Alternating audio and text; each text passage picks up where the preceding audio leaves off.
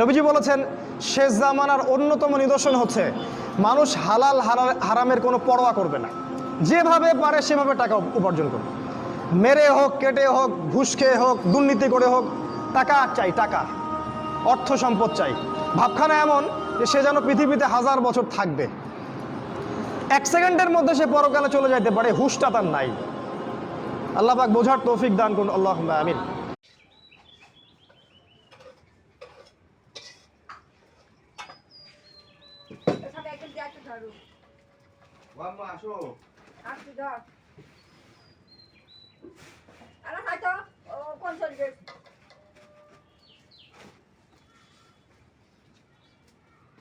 সামনে চলে আসে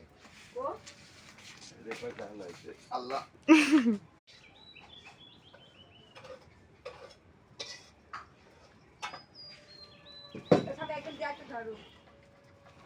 আসো।